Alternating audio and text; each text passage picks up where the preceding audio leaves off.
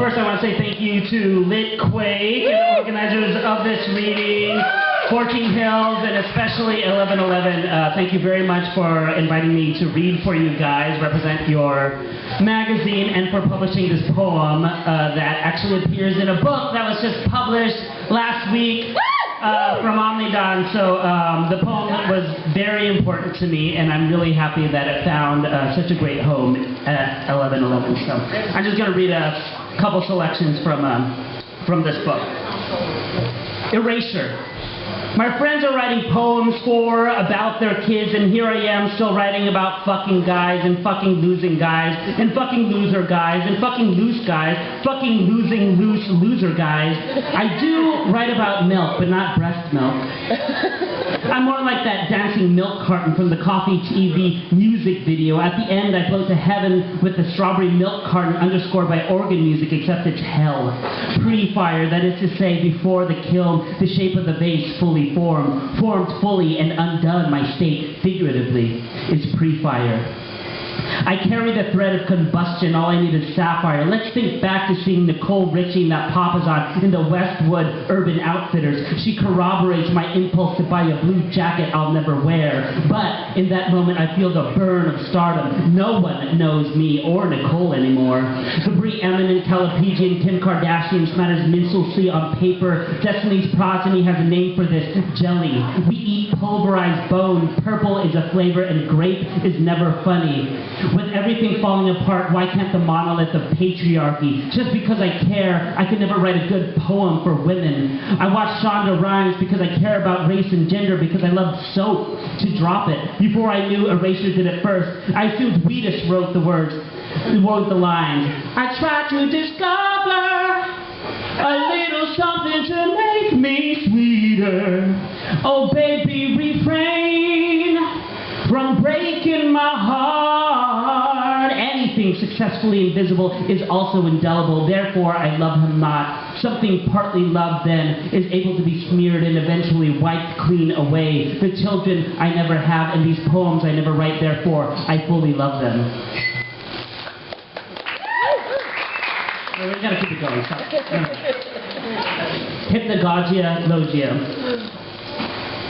There are many he's, the he of the past, of the recent past, of the now, a he of the past, and the now, a he comprised of any assortment of the previously mentioned.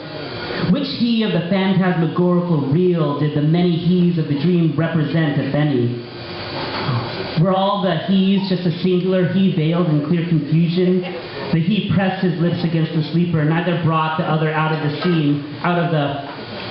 Why else then, the lack of sense? Why else would it be any he of the certain he's?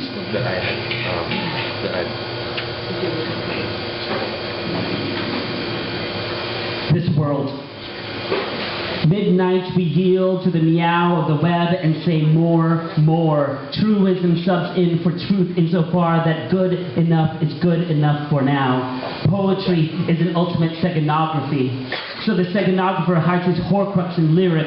To vote, like prayer, is to believe in something that will fail you.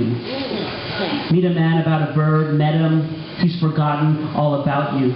So as the world turns, you become as necessary as the word reliquary, but no more publishable than a poem with the word reliquary in it.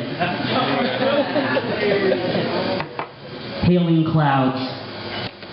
A cumulus resembles semen, ribboning in chlorine blue gene pool of words. Or comes from ear or earth, and orifice comes from mouth or wound. I am bound to attach import to a leftover ache that is a beck and call. You there, the gondolier, the lovelier of us with exposed opening and closing heart valves, imperfect halves. An exceptional hard-on yourself look, say, blood clot shaped cloud-ridden sky. Screw your moonlessness and your moonlessness, then name it. Cirrus priapus, cirrocumulus thrombosis, ad ripa, to reach the shore, to arrive. This is a poem that appears in the newest edition of the newest issue of 1111, which I think you should all buy. You get it off the SPD website, probably through the CCA website. Maybe there's copies here somewhere floating around. I don't know. Talk to me. Talk to you, Hugh. Thank you, Hugh. Winter poem. You come to a wood peopled with trees from the white noise of a place forested with men. Your naked selves turn the world's junk into heat, debris to energy. A shivered, brittle timbre from the hoar-crusted pines underscore the otherwise dinless crowd of dead wood. The glow darkens gradually, like the word recessing further back behind you, until the word is so far off to distinguish from the other twinkling specks. You see the plain of lake like linoleum polluted with glitter and beer. The vacuum inside you breaks so you can finally hear the lub-dub without the interfering music of rumination. This rhythm of the night is the snow that's like rain.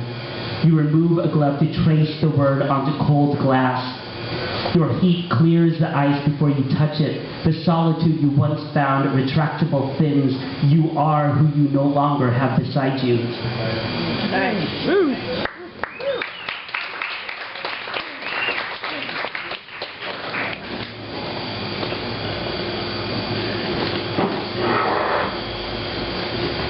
Weekend. Choose a window upon which to assign a narrative that thus decides whether we wear pants or shorts, floral or solid earth, tone like blood orange, Nantucket red. People salmon their way up through the panhandle. We cook our kale with onions and yellow beets to beach by Deptford Gough Bay to breakfast. Braid our hands like challah. This morning began the end of the week, which begins the week until I see you next. Pull up, the future is far away. Let's repeat it. Love poem. I saw your beard before me growing. Then, around you, the trees and lichen. I took my drug money to use on sandwiches for us. 2 hours I sat with the sun beating my face that was smiling.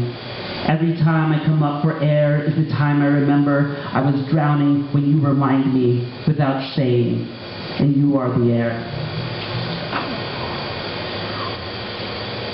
Alrighty, I think this will be my last poem. Thank you so much.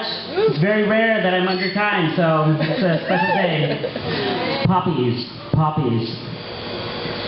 California is full of it.